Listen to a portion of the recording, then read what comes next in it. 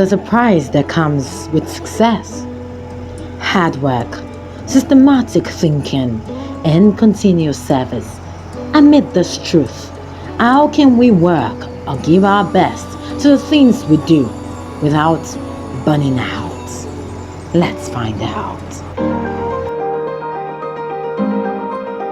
It's powerful, insightful, educative, interesting, didactic.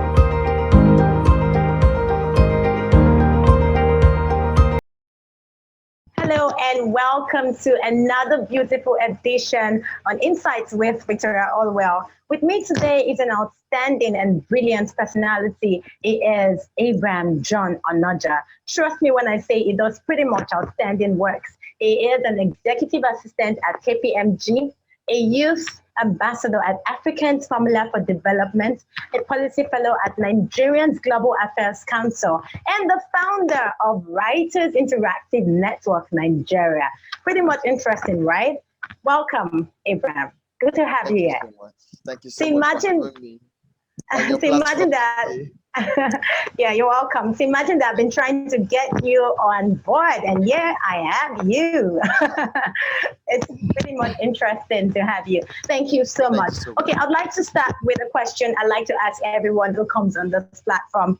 Tell us about your history, your childhood experience, your growing up days, and what it was like for you, and how you were able to get to where you are today. So I won't want to speak as though I am this guy who had it all figured out from the start. Yeah. So um, growing up, I have always believed in myself. Basically, I've always wanted to challenge the status quo, but not in a manner that I am seen as a rebel, or as someone who always goes against the laws of wherever I find myself. But I make sure I do it in a constructive manner where you are made to understand why I do certain things or act in certain ways. Basically, if you follow, if you're the normal person in the society, I bet you're only just going to live the normal life, just like everybody on the street. But the moment you realize, so there is a greater calling for your life, there is something else embedded in you to do, and then you follow that path. Even you realize at some point you're a bit different or you're a bit odd amongst some people. So growing up, I was that guy who was never had the very large set of friends and all of that, but wanted that small circle, but that understands what you're doing and where you're going and all of that. Because I mean, from the onset, I always known how important it is to grow with people of like minds. So that is why constantly, I try to network with like minds and see how we could all grow together at the end of the day. So I believe focus and then the right set of people and God is why I am where I am today. Great and brief and pretty fast and interesting. Okay, now I'm going to ask this. How are you able to run all of the things you run effectively? Serving as the founder of Writers Interactive Network, a policy fellow at NIGAC, a youth ambassador at Africans Formula for Development, and of course, an executive assistant at KPMG. How do you run all of that effectively? Okay, well, it's just about prioritization, having to prioritize at some point and being able to understand that. So what you do at one end doesn't impede on the other. Writing for me is a passion, it's a calling for me, something I've always done from the start. I mean, from memory lane, childhood, and all of that. Even though I never even knew what it was about, but I've always enjoyed art to a very large extent, even though I didn't study art in the university. But it's something I love to do, it's something that comes easily, flows. So writing is fine. I mean, I find my way around writing easily. Being a policy fellow at Nigerian Global Affairs Council has been fantastic, also has been amazing. I mean, at some point, having to juggle all of them together, coupled with the fact that, yeah, so I also work with KPMG, that's my regular job. which is an everyday thing and all of that, with deadlines and timelines to things and all of that. Trust me, it's not easy. But when you enjoy what you do, when you enjoy what you do, you see that it comes easy. You're happy to drink water all through the day when you're able to deliver on some task and all of that. You're able to meet up with deadlines, and not just being able to meet up with them, but having to function efficiently and effectively. I think that's very important for me. Very, very key also. So when you enjoy what you do, basically, it doesn't come to you as a stressful venture or as a stressful thing that you engage in, but you just enjoy the process because it's something you love to do, it's something you're happy to do, and something you would like to wake up every morning to do. So for me, it's been interesting. It's been amazing. I mean, it has its own ups and downs, its own bumps and all of that. But so far, I'd say it's been amazing. It's been fantastic. Okay, you make it sound super easy. Yeah, that's how you make it sound. But I know it's not always like that. So while you've been doing your enjoyment, what you do, would you say that, or let me ask it this way, have you ever felt worn out? And how did you handle it? So it's not as easy as it sounds, because I mean, sometimes you have to be in you have to do 4 different things at the same time. But so I work like almost every other person, where I get paid at the end of the month. That's my job. I'm also the president and founder. That's my job. But you see, having to be able to, like I said earlier, enjoy what you do and prioritize things and know when one starts and when the other ends is very key. There are challenges, my dear. There are ups and downs. There are difficult moments where there are some decisions you have to take at certain point in time. And then at some time, 24 hours is not even enough for you to put some things together or do certain things. And so at some point, you're craving for maybe like a 40 hours per day or 30 hours per day, sort of, because of the number of things you have to deal with at some point. Even though it doesn't happen every other day, like it's not every day, but it comes once in a while. It comes with the pressure of the work.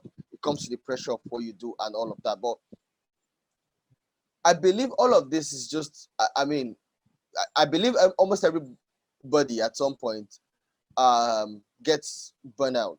They all get this thing. It happens to almost everybody. That's why even the president sometimes would like to go on vacation. Pastors sometimes will still travel. Like sometimes people take time off work. It's very normal, no matter what you do. These things come up, it happens. But I feel finding your essence is very key. Finding your essence is very important. Because if you're able to understand this thing, I believe to a large extent, some things are better handled. I have seen instances, I mean, previously where we're talking, we shared experiences where you see people who spend 15 years in the banking sector. I mean, so this guy is like, you've seen a manager who left the banking sector just to go and set up his own clothing line. Yeah. See, or someone leaving one sector to something, you'll be like, but this guy is like a big boy here, but why is he leaving for something we think might be less of where he's coming from or what he was doing previously? But you see, maybe he never enjoyed what he wanted. That's why you can walk into an organization today. You see someone who studied maybe fisheries in the bank, or someone who studied something, finding himself in somewhere entirely different. Sometimes we do these things just to pay our bills, just to also meet up with some few things we need to do and all of that. But deep down, is that really what you want to do? Do you find purpose in what you do? Do you find a sense in what you do? Because for me, if you look at my profile well, you see that I've been from personal assistant to executive assistant, and all of that. Because I've always enjoyed working with captains of industries, top executive management, and all of that. It's been amazing. Maybe that is why, to a large extent, WIN has grown to where it is. Because so the skill set I learned from the professional environment also rub off on these other things I do. So, in answering your question,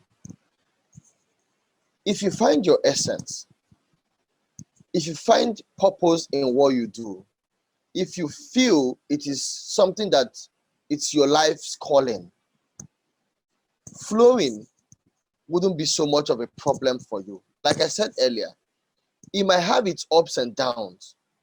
Let me give you an instance.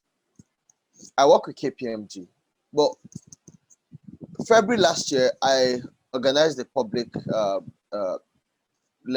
event where we hosted Captain Idris Wada, former governor of Kogi State, Ojo Malchai from British Council, Tayo Ogungbero from KPMG, and then Honorable Tunji Ashaolu, the Nigerian representative to African Union, all at the towers. It was a Saturday, but you see, to put the details together, we had over 8 media houses there. We had a team from BBC, we had channels, we had Silverbird, we had NTA. Quite a lot of them were there.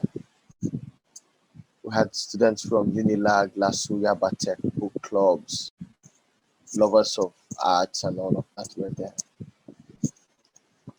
It took a lot. It took over almost 2 months of planning before execution. But trust me, a week to that event, oh my God, I thank God for the kind of bosses I have. So they understand or they love what I do also. So supporting it isn't so much of a problem at some point. Otherwise, I was working on a regular and then having to put together an event of that sort, of that magnitude. At some point, there were calls that I had to make. There were things I had to do and all of that. So even though I was using the break time at work to do some of these things, the lunch break and all of that, to do these things, at some point, it was no longer enough. Because there were persons you call at some point, they don't pick, they call in between work, they do this, they do that. Ethically, we know it's wrong, yeah, to have to bring in something else from another into your work hours. It's ethically wrong. But so this is me trying to explain the ups and downs you face sometimes, mostly when it is not like your full-time job, like what you do and have nothing else coming up with it. Do you understand? Like, you don't have any other thing except that one.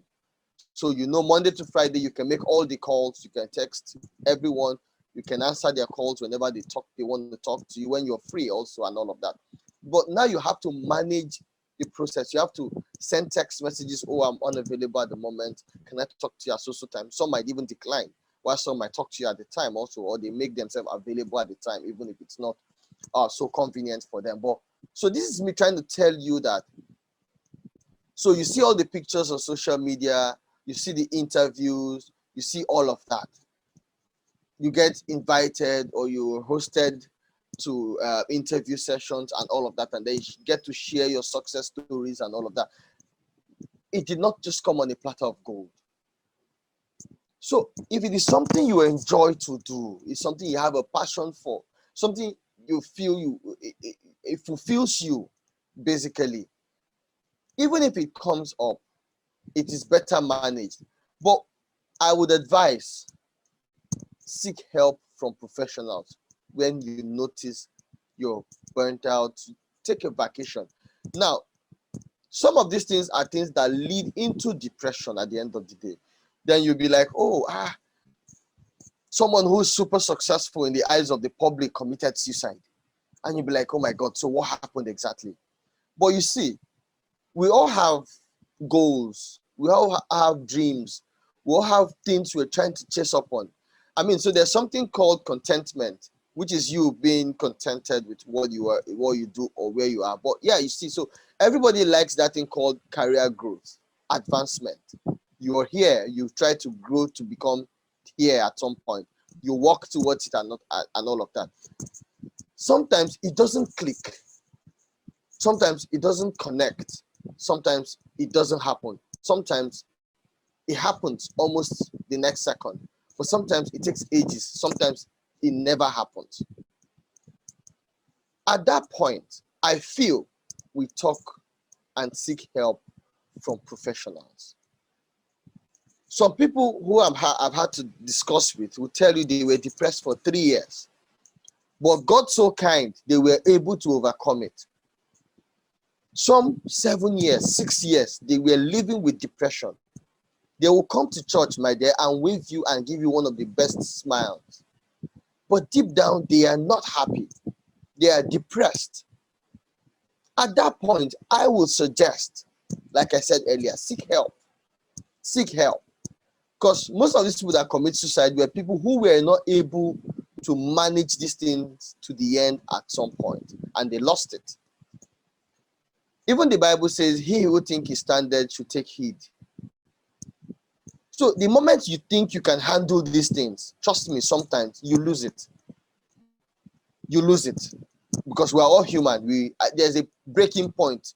You push a goat to the wall at some point, it's going to bite you. So for me, finding your essence is key. Very important. Very, very important. And if you find it early enough, thank God. Or you're able to connect the dots early enough, thank your God. Seek help where you feel you can no longer address these issues. Also, by whatever faith you find yourself, Christian, Muslim, we all believe in God. I also believe you also pray. There is a God who sits in the heavens who also answers prayers. Because if things fall in the right places, trust me, we all smile and give testimonies in churches and all of that. So pray while working towards your goals and dreams at the end of the day. Thank you so much. You shared quite a lot. It's more like you answered all the questions I was going to ask you all at once. Oh my God. So pretty much interested. You talked about depression. I mean, I was going to share a story of someone who I heard about recently who committed suicide after 7 years of depression from doing a job that it was not pleased with or it did not find fulfilling, which was really bad to know. And of course, but you know, if we look at everything, as you have said, find essence in what you do, manage your time or your activities, or, you know, organize your task properly. You talked about prayer. You also talked about ensuring that you seek help if you have any problem burning out at some point. I'm going to say that we live in a time that is really filled with so much pressure, a time where we have so much more difficulty. The cost of living is daily increasing. Things are getting more and more expensive. People are trying to take more risks just to survive. Some people are taking 2 or 3 or even 4 jobs just to survive and pay their bills. How can you tell such people to take it easy and just find essence in what they do? You know, because in this situation, they're not looking for jobs that would give them essence. They're looking for jobs that will pay their bills. You're looking for activities that will help them put food on the table. So how can you advise such kind of people? Vicky, trust me. Not all that glitters is gold. I've had to meet people we consider to be successful, for instance, in the entertainment industry and all of that. And my dear, when you get close to these people, you might be shocked you live better than them. I'm on set today and I take a picture. You'd assume, oh, this guy is balling. He's living the life. I want to be like this person. You see, when you live within your niche and avoid the pressure, you're earning 20K and you're going to rent a house of 300K. People say faith without works is dead. But at some point, live within your available income or resources. Fine, I like to live in Banana Island or live at Eco Atlantic or somewhere. Yes. Realistically, Vicky, can I afford this thing right now? No. Am I working towards attaining or getting there someday? Yes. Do you understand? It doesn't mean I am going to sleep. No. But you see, the moment I start to compare myself with AY, who built one of the most expensive houses recently, I mean, it broke the internet and all of that. You see, I'll be shooting myself in the leg. Because the AY we see today had a time where he went through the ups and downs of the industry to get to where he is today. I'm just using him as an example. Dr. Daniel Olukoya, for instance, I know where he started, but see where the ministry is today. So, at some point, you need to understand life is in stages and phases. With commitment, prayers, and working smart, there is almost nothing you can't achieve. If you can think it, you can achieve it. So, having to know where you are now is very important, and having to know where you're going to is also very important. But the moment you want to jump 1 to 10, sometimes it doesn't add up. It doesn't work that way. Life doesn't work. It's like saying you give birth to a baby today, and then tomorrow you're expecting the baby to already start singing for you, or start reciting the national anthem, or telling you 1 + 1 is 2. You see, that's unrealistic. But so when you move, when you grow, or you try to follow the process, there's nothing you can't achieve if you can think it. That's my personal philosophy. So don't compare yourself with someone. Don't try to live someone else's life. Do your thing, consistent in what you do. Work hard, work smart. Put in all the energy, the effort you can to making it a success at the end of the day. And then don't forget the God factor also. I believe there is nothing you can't achieve, actually. So, like I said, don't compare yourself with anyone. Trust me, don't. Oh, wow, you've said quite a lot today. I mean, I've learned. That's amazing. I think one of the things people should pay attention to, especially in our part of the world, is to live and spend within their available income and resource, because it's very necessary. We live in a time where if your income increases, you want to increase your expense, you want to increase this. Please don't bother. Just try to ensure that you Also, budget. sorry, All right, sorry that's to fine. even add That's this. okay. Go ahead. You see, this part of the world, I have also come to understand people spend more than they even receive, or spend almost everything they receive. You see, part of the problem why we're where we are today in even Nigeria is because there was a time where there was an oil boom. But you see, we spent everything. I won't call it squander, so I will not be held for it. But we used everything basically.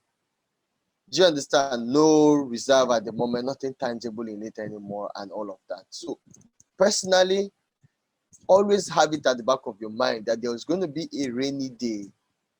There's going to be a time where some of those things really come handy.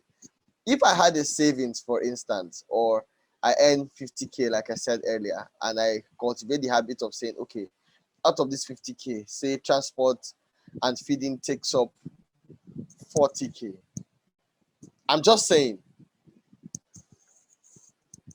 out of the remaining 10K, if you're able to pay your tithe, save something, even if it's 1,000, even if it's 2,000, even if it's 3,000, you're able to save every month. Save it. There are fantastic stories and how these things turned out at the end of the day, but I would suggest, I'd advise strongly, learn to save, learn to invest. It's very, very important. If most times you want to get to the next level, it might not even be in resources, in money. I mean, spend on yourself in terms of, I'm talking about learning and development. Very, very key. You see a training you want to attend, try. Even if you can't afford it now, save. So even if you talk to a friend who can talk to a friend who can help out or something, you see, it's easier for the dots to connect. It's easier for someone to also come to you. But invest in yourself. Go for trainings. If you check my profile, you see that I did quite a lot during the lockdown, because It gave me a lot of time to do that. I mean, I was working all day and schooling all night. But you see, that was last year. So you see, we're in February this year already. It's gone. It mostly doesn't kill you. It's just for you to be able to push you into the next level. So let me not say too much, but save and then spend in learning and development. Very important. Otherwise, someday you wake up and see that the knowledge you have now is actually a bit obsolete, sort of. It's outdated and all of that. It doesn't fit into the current trend of things and reality. Great, very well said, Onoja. I've learned quite a lot from you. I wanted, just while you were talking, I had a flash of thoughts. And sometimes it just might not be that people are burnt out because of just work. I'm working, and I'm stressed by the number of activities I need to do. Some other times, so it could be that the number of work or the amount of work I do does not equate the results I get. So how can you help some individual whose stress is or burnout is emotional because I don't see my results in relation to the much work I put in? What is your advice to this person? I think that's the last question now. Okay, so my advice to everyone who's listening, who is in that situation or that position. At some point, we all went through that, where you feel you're working not just 8 to 5 or 8 to 6 or 8 to 4, but you're doing quite a lot within that time frame or even beyond. And then you just get what we call peanuts at the end of the day. I mean, for instance, I kept saying, if it is something you like to do, it might not be rosy at the initial stage, you see, but you can easily compare yourself to people who are doing the same thing and earning maybe more. Understand life is, I said this thing earlier. If it is a job you do not enjoy, look for another one that you love to do. Something you enjoy, something you can conveniently and comfortably wake up in the morning to do. But if it is something you love to do and then you're not getting the right results at some point, always understand, if you have a plan, you know where things went wrong at some point. If you have projections also, you know where things went wrong. If you're working and you're not getting the right result and it's something you enjoy doing, like I said, improve yourself, one, and then go out there and get something better. That's what I would suggest, because I mean, away from that, also seek help. It is very key. If you have mentors and people you can talk to, relate with this person. They might also be able to advise you on alternatives or things to do. But if it is something you don't enjoy, because easily you lose it in things you don't enjoy doing. Even if you try to hide it for some time, it's just time. It will come up. You see that you can't take it anymore. That is for something you do not like to do. But if it is something you like to do, maybe you're an entrepreneur, for instance, you sell shoes, and then you feel or you felt, oh, by now you should have been able to be selling 100 instead of selling just 2 or 3 that you do and all of that. One, try as much as possible to re-strategize. There's always room for you to go back to your strategy room or session and check where things went wrong, because I do that a lot. That is 1. Talk to someone. That is 2. Pray. That is 3. Because the jump from here to there sometimes is not entirely in your hands. There is also a God factor who sits in the heavens. So pray also. But that would be my honest advice to anyone out there who is in that situation at this point in time. All right, thank you so much, Abraham. It's been quite an enlightening session with you today. We learned a lot. I'm sure to you out there, you must have picked a whole lot of things too from Abraham. Thank you so much. If you're just joining us for the first time, this is Insights with Victoria Allwell, where we share transformational stories and real-life learning experiences to grow and become better. Join us again same time next week. If you're yet to subscribe, please do click on the subscribe button right now, like, share, and comment. And don't forget, we'll be with you again same time next week. Bye for now.